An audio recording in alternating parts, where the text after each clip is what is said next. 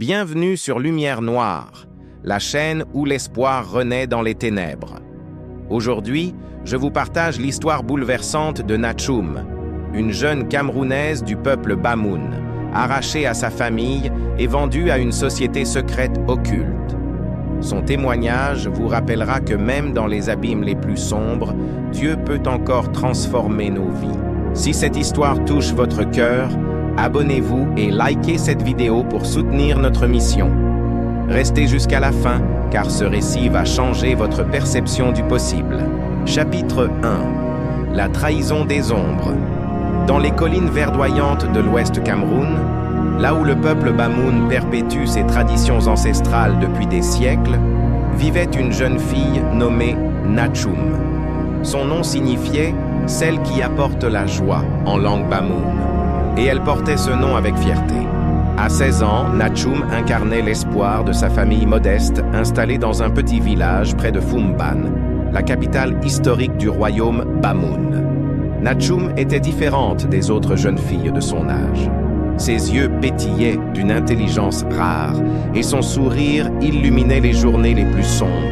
Chaque matin, avant que le soleil ne se lève sur les montagnes brumeuses, elle aidait sa mère à puiser l'eau du puits communautaire. Elle rêvait de devenir enseignante, de transformer les vies par l'éducation, d'élever sa communauté vers un avenir meilleur. Ses parents, bien que pauvres, économisaient chaque franc CFA pour lui offrir cette chance d'étudier à Douala, la grande ville économique du pays. Mais le destin avait tissé pour elle une toile bien plus sombre que tout ce qu'elle aurait pu imaginer. Tout commença un samedi après-midi, lors du grand marché hebdomadaire de Foumban. Les étals colorés débordèrent de tissus ndopé traditionnels, de poteries artisanales et de légumes frais. L'air vibrait des négociations animées entre vendeurs et acheteurs, des rires des enfants jouant entre les allées poussiéreuses. Nachoum accompagnait sa tante Mariama, une commerçante respectée qui vendait des pagnes depuis plus de 20 ans au même emplacement. C'est là qu'elle croisa le regard de Madame Félicité. Cette femme élégante, vêtue d'un tailleur blanc immaculé qui contrastait avec la poussière ambiante, semblait déplacée dans ce marché populaire. Ses bijoux en or scintillaient sous le soleil équatorial et son parfum français laissait une traînée enivrante sur son passage. Elle s'arrêta devant l'étal de la tante Mariama, prétendant s'intéresser aux pagnes, mais ses yeux ne quittèrent pas Nachoum. « Quelle belle jeune fille !» murmura Madame Félicité avec un sourire qui ne montait pas jusqu'à ses yeux. « Elle a l'étoffe d'une grande dame. Vous êtes sa mère ?» Mariama, flattée par l'attention de cette femme manifestement fortunée, expliqua qu'elle était la tante de Nachoum et raconta les rêves d'études de sa nièce. Madame Félicité écouta attentivement, hochant la tête avec compassion feinte. Puis elle sortit une carte de visite élégante de son sac à main de marque. « Je dirige une agence d'aide à l'éducation à Douala », mentit-elle avec une assurance déconcertante. « Nous offrons des bourses complètes aux jeunes filles méritantes, logement, scolarité, tout est pris en charge. Nachoum correspond exactement au profil que nous recherchons. » Les yeux de Mariama s'illuminèrent. Une telle opportunité était inespérée, un miracle tombé du ciel. Nachoum, elle, ressentit un malaise inexplicable. Quelque chose dans le sourire de cette femme lui glaça le sang. Mais comment exprimer cette intuition face à l'enthousiasme de sa tante? Comment refuser ce qui semblait être la réponse à toutes leurs prières? Les jours suivants s'enchaînèrent dans un tourbillon d'excitation et de préparatifs. Madame Félicité rendit visite à la famille de Nachoum dans leur modeste case en terre battue. Elle arriva dans une Mercedes noire rutilante qui fit sensation dans le village entier. Les voisins s'attroupèrent, curieux de voir cette femme riche s'intéresser à l'une des leurs. Elle parla avec éloquence des opportunités qui attendaient Nachoum, décrivant une école moderne avec des ordinateurs, des professeurs qualifiés, un internat confortable. Les parents de Nachoum, éblouis par cette providence inattendue, ne virent pas les signes avant-coureurs. Ils ne remarquèrent pas comment Madame Félicité insistait pour que Nachoum vienne immédiatement, sans délai, prétextant que la rentrée académique approchait. Ils ne questionnèrent pas l'absence de documents officiels, l'urgence suspecte, le refus de leur donner l'adresse exacte de l'école pour des raisons de sécurité. L'espoir avait aveuglé leur jugement. La veille du départ, Nachum passa sa dernière nuit dans la case familiale. Allongée sur sa natte, écoutant les respirations paisibles de ses petits frères et sœurs endormis, elle ne parvenait pas à trouver le sommeil. Son cœur battait d'une anxiété qu'elle ne comprenait pas. Dans l'obscurité, elle pria avec ferveur, demandant à Dieu de la protéger, sans savoir pourquoi elle ressentait le besoin de cette protection. Si seulement elle avait su. Si seulement elle avait écouté cette voix intérieure qui hurlait le danger. Le lendemain matin, à l'aube, Madame Félicité arriva comme convenu. Nachum embrassa ses parents, serra ses petits frères et sœurs dans ses bras, promettant de leur écrire chaque semaine. Sa mère pleurait de joie mêlée de tristesse, bénissant sa fille, lui recommandant d'être sage et de travailler dur. Son père, les yeux humides, lui tendit les quelques billets froissés qu'il avait économisés pour son argent de poche. La Mercedes démarra dans un nuage de poussière rouge. Nachum, assise à l'arrière, regardait par la fenêtre son village s'éloigner. Les cases familières, les arbres sous lesquels elle avait joué enfant, les visages souriants de ses voisins qui lui faisaient au revoir, tout disparaissait derrière elle. Elle ne savait pas que c'était la dernière fois qu'elle les verrait, avec ses yeux innocents d'enfant pleine d'espoir. Le trajet vers Douala prit plusieurs heures sur des routes défoncées. Madame Félicité, au début bavarde et chaleureuse, devint progressivement silencieuse et froide. Son chauffeur, un homme massif au regard dur, ne prononça pas un mot de tout le voyage. Nachum tenta de faire la conversation, de poser des questions sur l'école, mais recevait des réponses évasives qui augmentaient son malaise. Ils traversèrent Douala sans s'arrêter. Nachum, qui n'était jamais sorti de sa région, observait avec émerveillement les immeubles, les voitures nombreuses, l'agitation de la grande ville. Mais son émerveillement se transforma en inquiétude quand elle réalisa qu'il quittait les zones urbaines pour s'enfoncer dans une région périphérique qu'elle ne connaissait pas. « Madame Félicité, où allons-nous? L'école n'est pas à Douala ?» demanda-t-elle, sa voix tremblant légèrement. « Silence !» répondit sèchement la femme, toute prétention de gentillesse ayant disparu. « Tu parleras quand on te le demandera. » La peur glaciale qui avait couvé dans le ventre de Nachum depuis le début explosa en panique pure. Elle tenta d'ouvrir la portière, mais elle était verrouillée. Elle se mit à crier, à frapper contre les vitres, mais le chauffeur accéléra simplement, et Madame Félicité se retourna avec un regard si froid, si mauvais, que Nachum se recroquevilla sur son siège, terrorisé. « Écoute-moi bien, petite idiote !» cracha Madame Félicité, son masque de respectabilité complètement tombé. « Tu appartiens maintenant à des gens très puissants, des gens qui perdent très bien pour des filles comme toi. Si tu coopères, tu vivras. Si tu causes des problèmes, eh bien, disons simplement que personne ne pleurera une petite villageoise disparue parmi tant d'autres. » Les larmes coulaient sur les joues de Nachum alors que la réalité de sa situation s'imposait à elle. Elle avait été vendue. Pas pour l'éducation, pas pour un avenir meilleur, mais vendue comme du bétail à des forces qu'elle ne comprenait pas encore. La voiture s'enfonça encore plus profondément dans une zone isolée, loin de toute civilisation. Ils arrivèrent finalement devant un haut mur d'enceinte surmonté de barbelés, percé d'un portail métallique imposant. Le chauffeur klaxonna selon un code précis.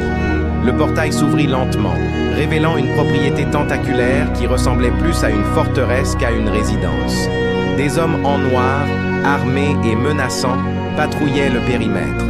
La villa principale, une construction moderne et luxueuse, contrastait terriblement avec l'atmosphère oppressante du lieu. D'autres bâtiments, plus petits et sans fenêtres, étaient disséminés sur la propriété. Des caméras de surveillance scrutaient chaque recoin. On n'extirpa Nachum de la voiture sans ménagement. Elle trembla de tout son corps alors qu'on la traînait vers l'un des bâtiments annexes.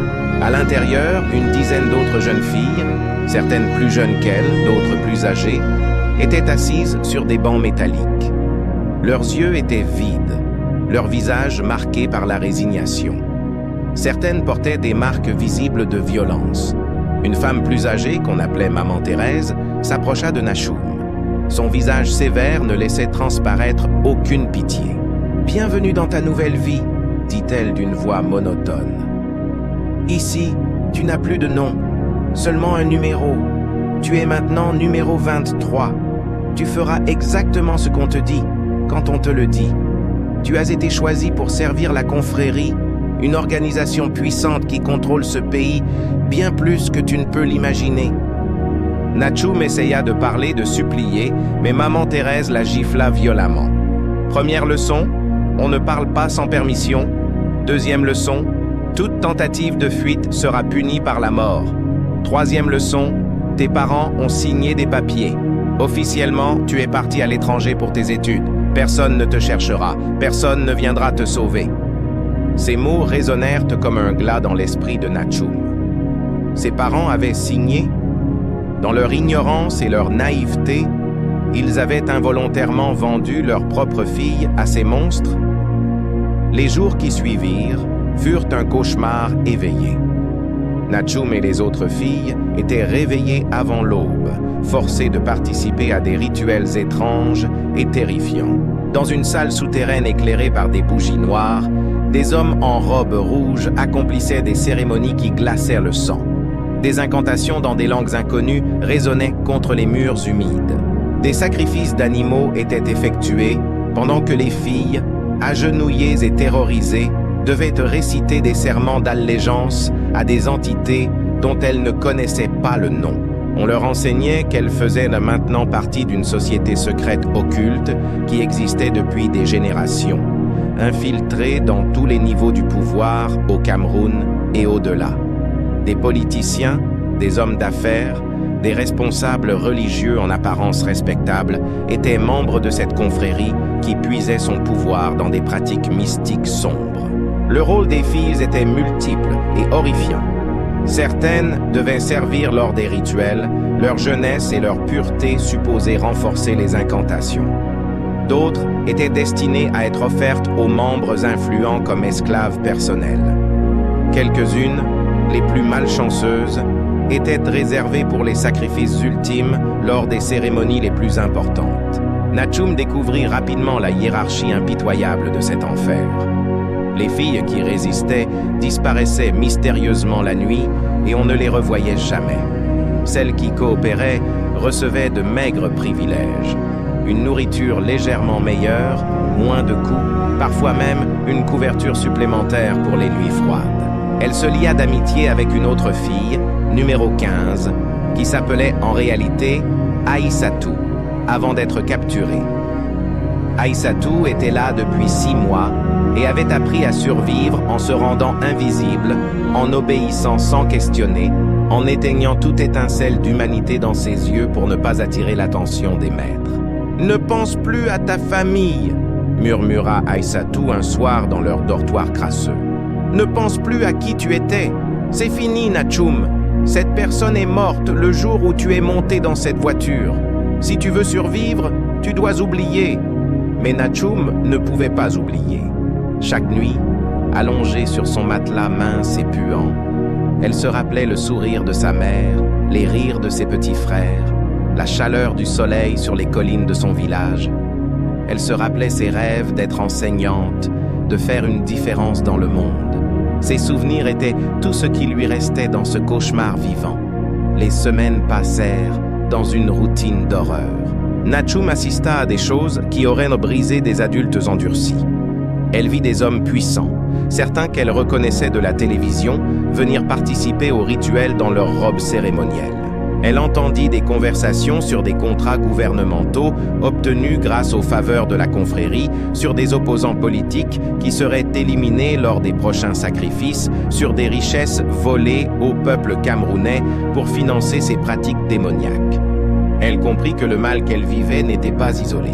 C'était un réseau tentaculaire, une toile d'araignée de corruption et d'occultisme qui étendait ses tentacules dans tout le pays.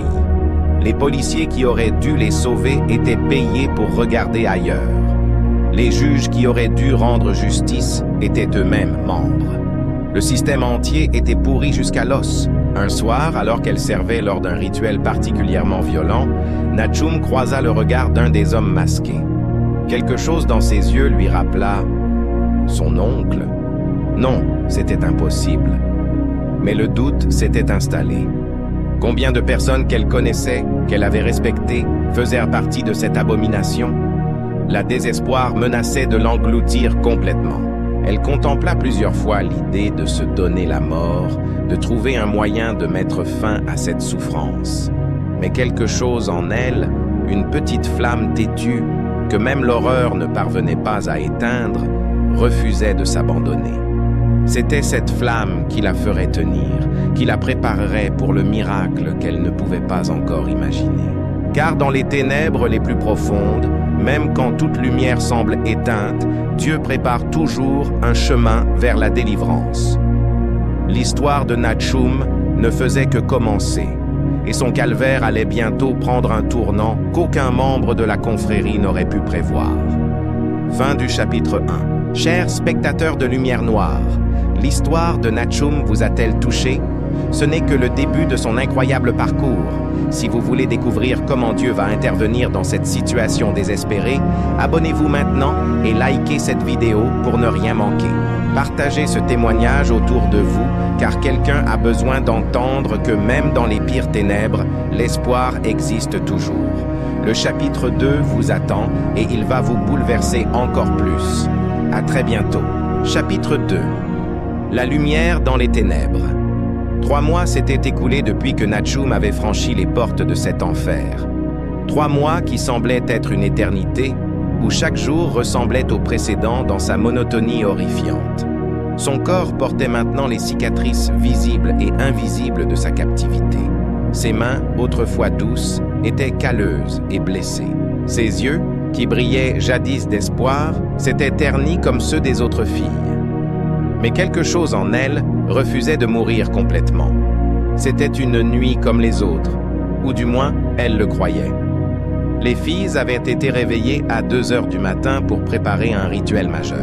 Un membre très important de la confrérie, un homme politique de haut rang dont Nachum tairait le nom même des années plus tard, devait être initié à un cercle plus profond de pouvoir occulte. La cérémonie nécessitait la présence de 12 jeunes filles vierges, et Nachum avait été choisi parmi elles. Dans la salle souterraine, l'atmosphère était encore plus oppressante que d'habitude. Des symboles étranges avaient été tracés sur le sol avec ce qui ressemblait à du sang. Les bougies noires projetaient des ombres dansantes sur les murs humides. L'air était épais, presque irrespirable, chargé d'une présence malveillante que même les non-initiés pouvaient ressentir. Les 12 filles, vêtues de robes blanches, symbole de leur supposée pureté, furent placées en cercle autour de l'autel central. Le grand maître, un vieil homme à la voix rauque dont personne ne connaissait le vrai nom, commença les incantations. Sa voix montait et descendait dans des tonalités inquiétantes, invoquant des entités dont les noms seuls faisaient trembler les murs. Nachum sentait ses jambes fléchir sous elle. La peur était si intense qu'elle en devenait presque palpable.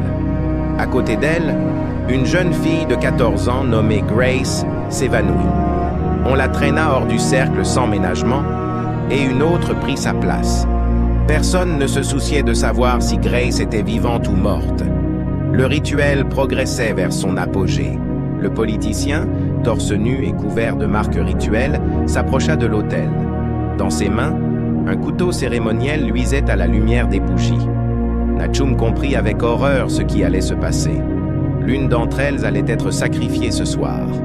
Son sang allait sceller le pacte de cet homme avec les forces des ténèbres. Le grand maître leva les bras vers le plafond, sa voix atteignant un crescendo terrifiant.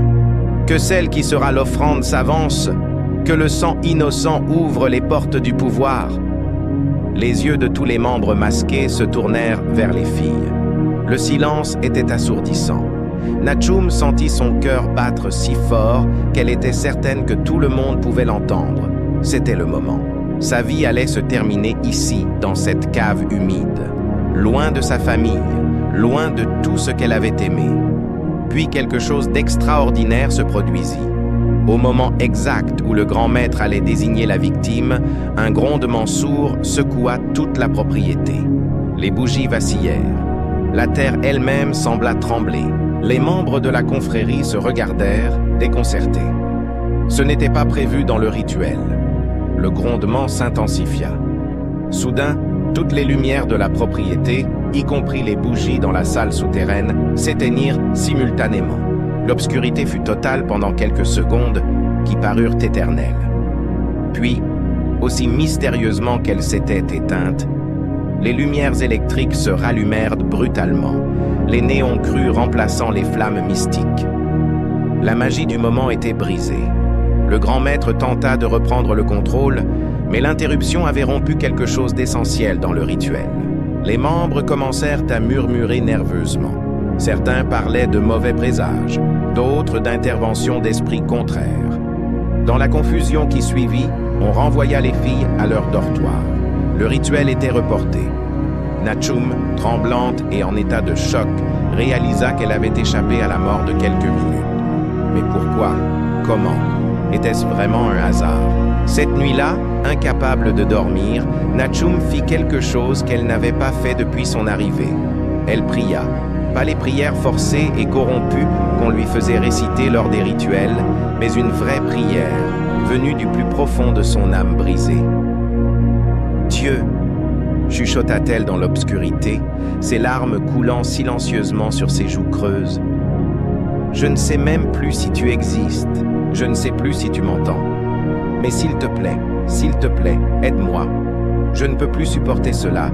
Si tu es réel, si tu es aussi puissant qu'on me l'a enseigné enfant, montre-moi un signe. Sauve-moi de cet enfer. » Sa prière était simple, désespérée, authentique. Elle ne demandait pas de richesse, pas de gloire, juste la liberté.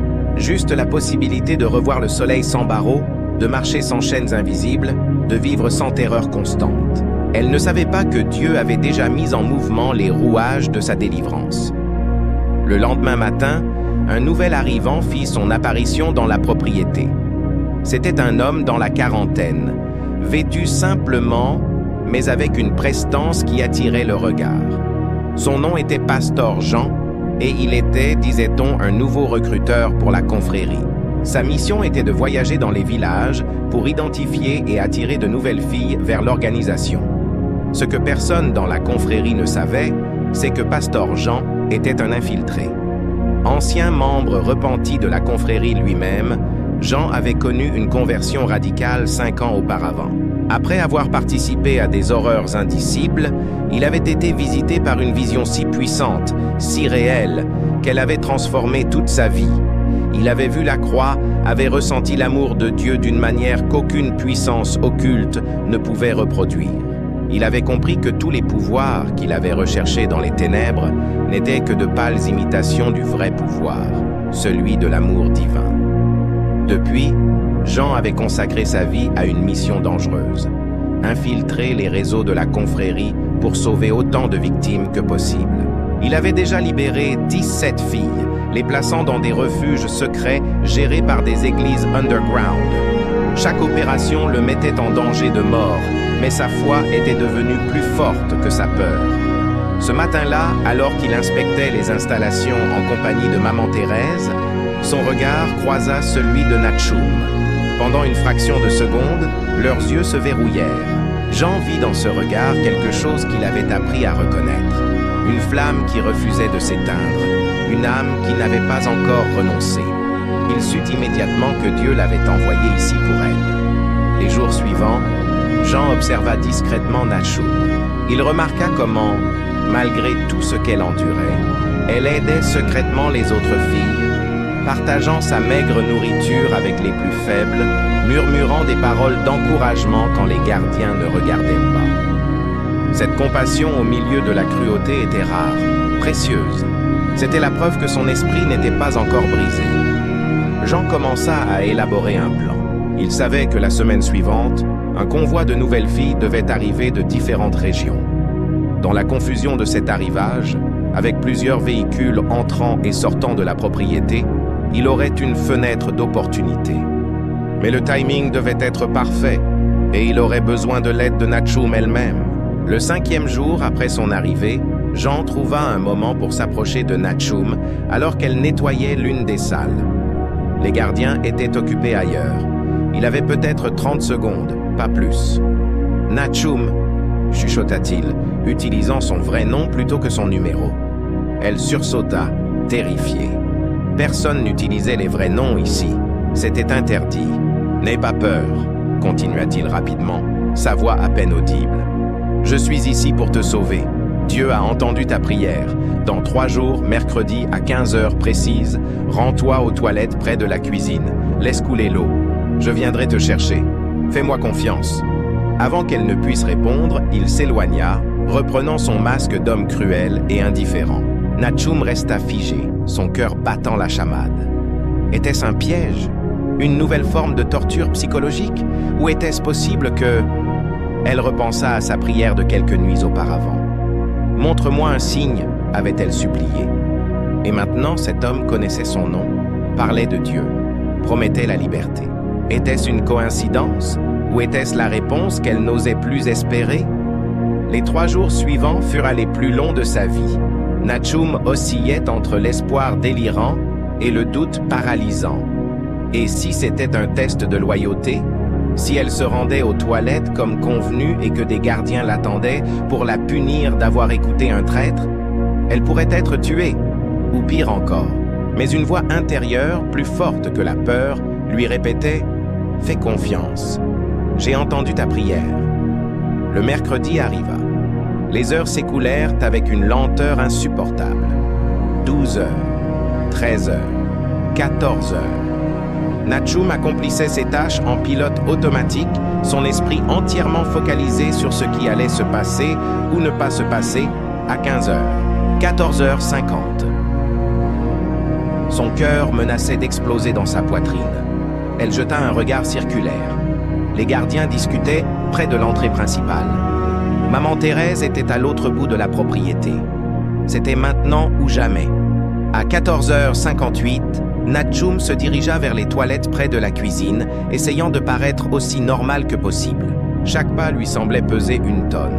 Elle s'attendait à chaque seconde à ce qu'une main l'agrippe, qu'une voix crie, que le piège se referme. Elle entra dans les toilettes. Ses mains tremblaient tellement qu'elle eut du mal à ouvrir le robinet. L'eau coula, faisant un bruit qui lui parut assourdissant dans le silence. Elle attendit, chaque seconde s'étirant comme une éternité. 15 heures, 15h01, 15h02. Il n'allait pas venir. C'était un mensonge, un piège, une illusion cruelle. Puis, à 15h03 exactement, la porte s'ouvrit. Pasteur Jean entra, portant un sac. Son visage était tendu mais déterminé. « Pas de temps pour les explications », dit-il rapidement en sortant des vêtements du sac. « Mets ça, vite. Tu es maintenant ma nièce. Je viens te chercher sur ordre du grand maître pour une mission spéciale. C'est ton seul costume de sortie.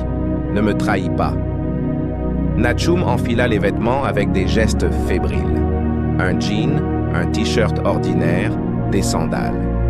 Des vêtements normaux qu'elle n'avait pas portés depuis des mois. Jean lui tendit également des lunettes de soleil et un foulard. « Cache ton visage autant que possible, » instruisit-il. « Marche à côté de moi ni trop vite ni trop lentement. Si on nous arrête, laisse-moi parler. Prie en silence. C'est tout ce que tu peux faire maintenant. » Ils sortirent des toilettes. Le cœur de Natchoum battait si fort qu'elle était certaine que tout le monde pouvait l'entendre. Ils traversèrent la cour en direction du parking. Chaque mètre semblait un marathon. À tout moment, elle s'attendait à ce qu'une alarme retentisse, à ce que des voix crient, à ce que des mains brutales la saisissent. Un gardien s'approcha d'eux. Natchoum sentit ses jambes se transformer en plomb. « Pasteur Jean, vous partez déjà ?» demanda le gardien. « Oui, » répondit Jean avec une assurance qu'il ne ressentait pas. « Le grand maître m'a ordonné d'emmener cette fille pour une mission de reconnaissance dans son village natal. Elle doit identifier d'autres candidates potentielles. Nous serons de retour dans 3 jours. » Le gardien les examina. Son regard s'attarda sur Natchoum. 1 seconde, 2 secondes, 3 secondes qui durèrent une éternité. D'accord, dit-il finalement en s'écartant. Bon voyage. Ils montèrent dans le véhicule de Jean. Il démarra le moteur.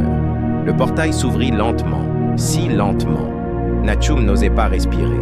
Ils franchirent le seuil. Le portail se referma derrière eux. Ils étaient dehors. Pendant les 5 premières minutes, Jean conduisit normalement, respectant les limitations de vitesse, ne montrant aucun signe d'urgence. Natchoum, assise à côté de lui, osait à peine bouger, comme si le moindre mouvement pouvait briser l'illusion et la ramener en enfer. Ce n'est qu'après avoir parcouru plusieurs kilomètres et rejoint une route principale que Jean accéléra. Il tourna dans un chemin de terre, puis dans un autre, multipliant les détours pour brouiller les pistes. Finalement, après 30 minutes d'une conduite erratique, il s'arrêta dans une clairière isolée. Il se tourna vers Natchoum. Des larmes coulaient sur son visage. « Tu es libre », dit-il simplement. « Dieu t'a libéré. » Ces mots brisèrent le barrage que Natchoum avait construit autour de ses émotions. Elle éclata en sanglots, des sanglots profonds et déchirants qui venaient du plus profond de son être. Tous les mois de terreur, de douleur, de désespoir s'écoulaient d'elle en vagues incontrôlables.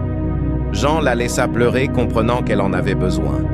Après de longues minutes, quand ses sanglots se calmèrent en hoquet, il lui tendit une bouteille d'eau et un morceau de pain. « Mange lentement », conseilla-t-il. « Ton estomac n'est plus habitué à la vraie nourriture. » Pendant qu'elle mangeait, Jean lui expliqua la suite.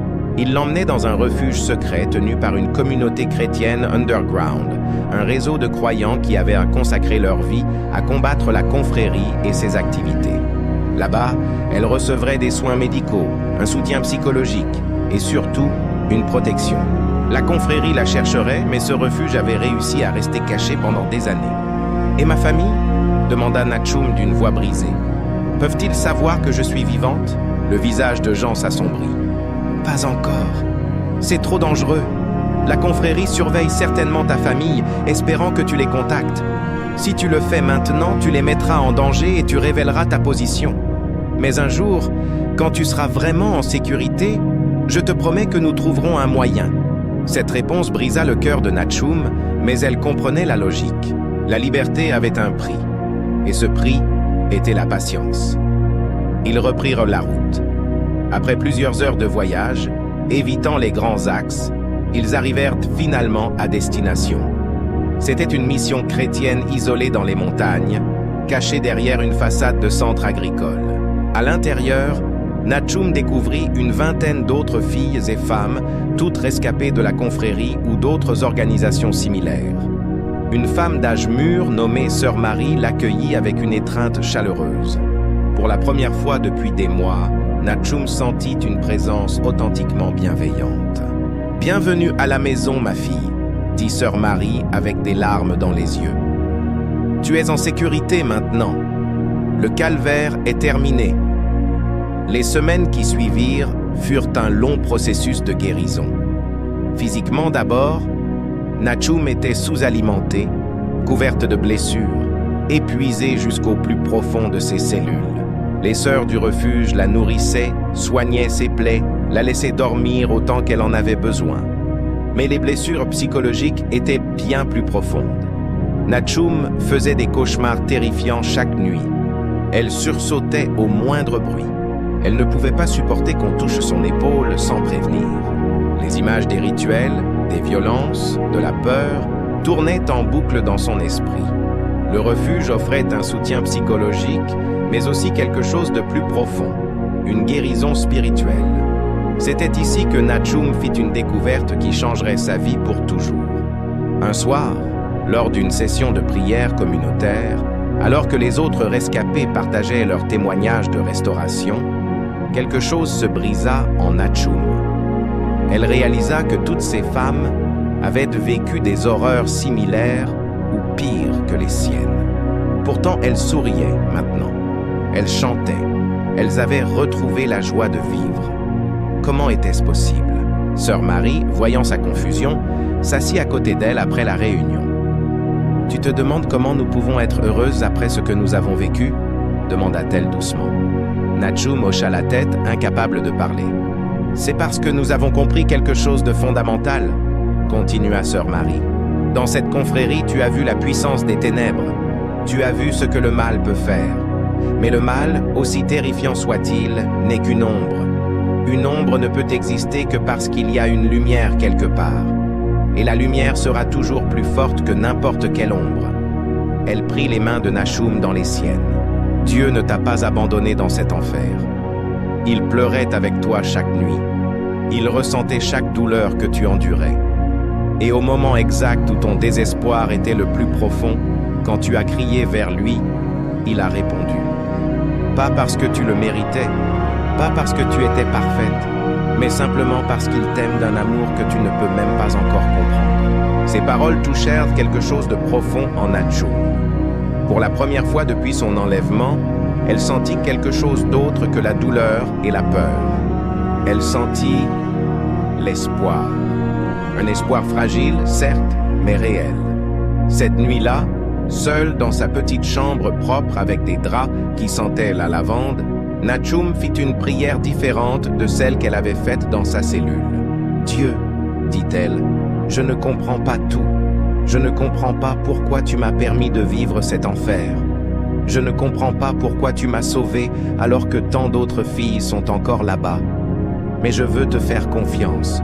Je veux croire que tu as un plan, même si je ne le vois pas encore. Aide-moi à guérir, aide-moi à pardonner. Et surtout, utilise mon histoire pour sauver les autres. » C'était une prière simple, mais elle marqua un tournant. À partir de ce moment, la guérison de Nachum s'accéléra. Elle participait activement aux sessions de thérapie. Elle commença à parler de son expérience, libérant les émotions toxiques qu'elle avait gardées enfermées. Elle se lia d'amitié avec les autres rescapés, formant des liens puissants nés de la souffrance partagée et de l'espoir retrouvé. 6 mois après sa libération, Nachum était une personne transformée. Les cauchemars persistaient, mais ils étaient moins fréquents. Elle pouvait maintenant rire à nouveau, vraiment rire. Elle avait repris du poids et la lumière était revenue dans ses yeux. Mais elle savait que son histoire n'était pas terminée. Quelque part dans ce pays, d'autres Nachum vivaient le même calvaire qu'elle avait vécu. La confrérie continuait ses activités maléfiques. Des familles innocentes étaient toujours dupées par des Madame Félicité de ce monde. Elle en parla à Pasteur Jean lors d'une de ses visites. « Je veux aider », dit-elle avec une détermination qu'elle n'aurait jamais cru possible quelques mois auparavant. « Je veux que mon histoire serve à quelque chose. Utilisez-moi, entraînez-moi. Je ferai tout ce qu'il faut pour sauver les autres. » Jean la regarda longuement, voyant dans ses yeux la même flamme qu'il avait remarquée le premier jour, mais maintenant purifiée et fortifiée par l'épreuve. « Tu es sûr ?» demanda-t-il. « Ce ne sera pas facile. Ce sera dangereux. Tu devras revivre certains souvenirs. Tu devras peut-être même retourner dans des endroits qui te terrifient. »« Je suis sûr, » répondit Nachum sans hésitation. « Dieu ne m'a pas sauvé pour que je me cache. Il m'a sauvé pour que je devienne un instrument de sa libération pour d'autres. » Et c'est ainsi que commença la deuxième phase du voyage de Nachum. Au cours des années suivantes, elle devint une guerrière de lumière, travaillant aux côtés de Jean et d'autres dans le réseau underground. Son témoignage, partagé dans des églises secrètes et des réunions discrètes, ouvrit les yeux de centaines de personnes sur la réalité des sociétés occultes au Cameroun. Elle aida à identifier des recruteurs, permit le sauvetage de dizaines d'autres filles, témoigna discrètement auprès d'autorités qui n'étaient pas corrompues. Sa vie était maintenant entièrement dédiée à combattre le mal qu'elle avait connu. Mais l'histoire de Nachum nous enseigne quelque chose de plus profond que la simple lutte contre les organisations criminelles.